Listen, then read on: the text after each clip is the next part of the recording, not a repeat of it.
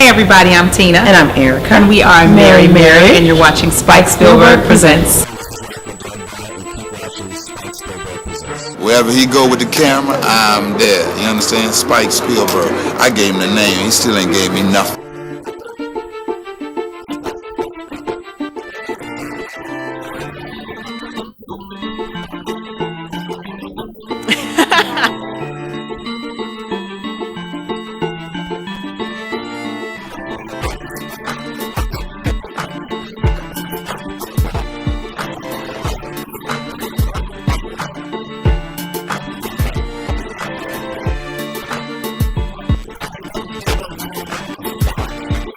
Spike Spielberg.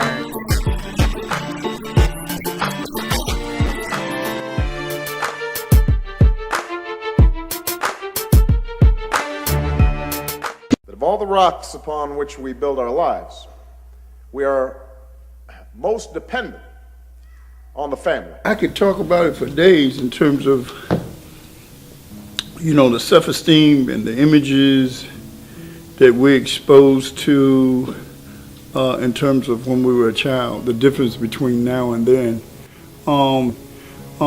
This was it's a mindset that was marketed, that prisons it's not a coincidence there's happened to be more minorities in prison than it is any other ethnic group. Is due to the fact that the social structure, it starts with the structure. In terms of the school system, schools are designed to educate kids, of course, but they don't spend enough time educating the kids as opposed to just them coming to school. And then they don't place enough emphasis on building character and building self-esteem and giving the whole gambit of teaching a child how to prepare to go out in the world and be a what we call a productive citizen in society. How long have you been practicing law? 28 years. We want to know, why do you feel that there are so many black men in prison? There's a greater level of enforcement against black people. Some people say that there's more targeted police in black areas. Do you feel that to be true? I don't know, but I wouldn't be surprised. I know that when I talk to police officers, the busy police officers are those that work in the poor, predominantly minority areas, black areas of town. And they get a lot of action. They're on call a lot. They're always running from here to there and responding to calls and arresting people and dealing with incidents, as opposed to officers, say, in the university area or the Ballantyne area or South Charlotte or Myers Park, that might respond to an occasional burglary or speeding ticket or something like that. So yeah, I think there's a higher percentage of resources devoted to the black areas of town, to the extent that we still have segregated areas in Charlotte. Karen, the DPD officer, is under fire for not allowing a man who happens to be a player for the Houston Texans to see a dying relative at the hospital. Instead, that officer spent several minutes writing a ticket while that relative died. We know the statistics that children who grow up without a father are 5 times more likely to live in poverty and commit crime. They're 9 times more likely to drop out of school, 20 times more likely to end up in prison. They're more likely to have behavioral problems or run away from home or become teen parents because the father wasn't in the home. The foundations of our community and our country are weaker because of this.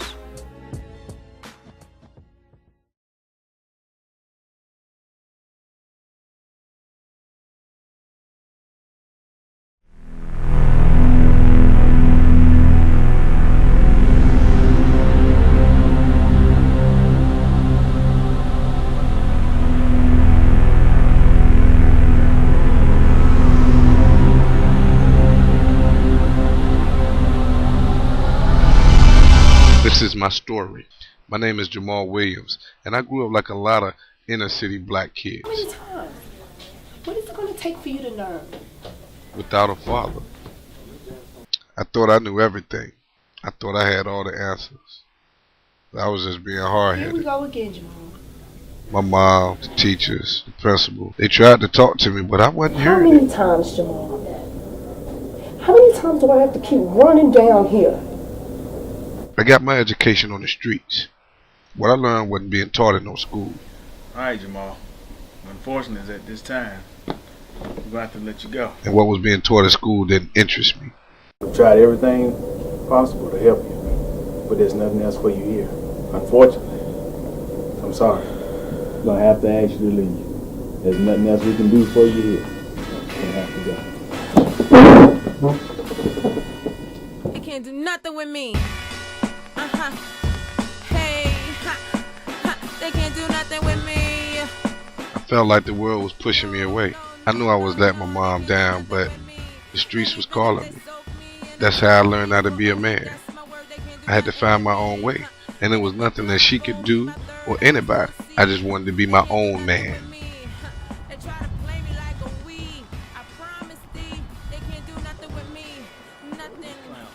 Sometimes you gotta learn the hard way. Nothing, back home in Park Hill when I used to run the street, they can't do nothing with me. Ronnie, Bobby, Ricky, and Mike can sing to me, and they still can't do nothing with me. I read the encyclopedia in '83 when I was 3, they can't do nothing with me. Nothing, nothing, nothing, nothing, nothing, nothing, N-O-T-H. Look, Jamal, give me some money. Then there was the baby mama drama. Bounce. Quit pointing at me. Go on in. Do what you do best. Man, what Walk away. What Do best, baby. Oh, Walk away. What you think this cheap? Just like your daddy.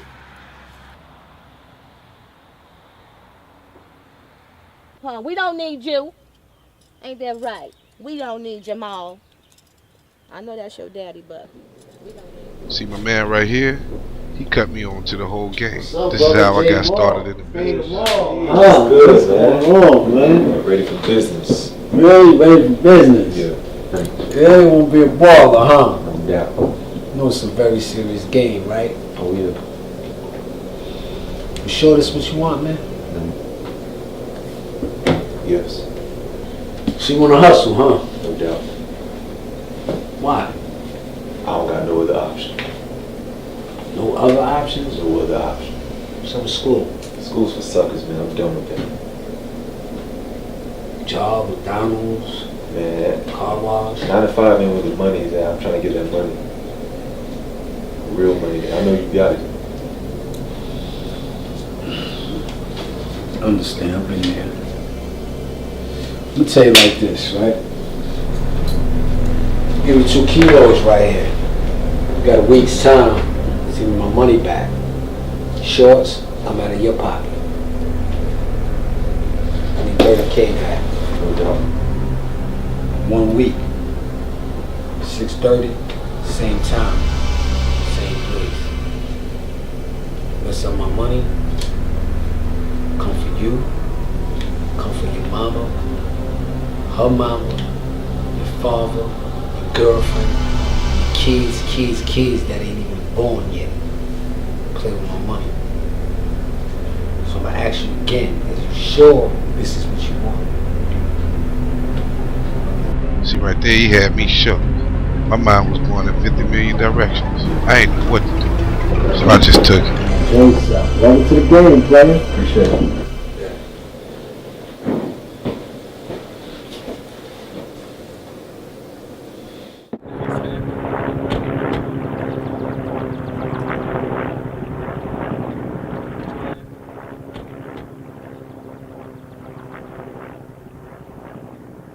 I did a lot of stupid things.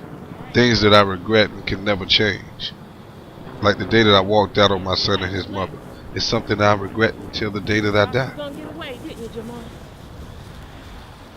And that same day is the first time I got arrested. I often wondered if God was punishing me for leaving my son. I mean, I was 17.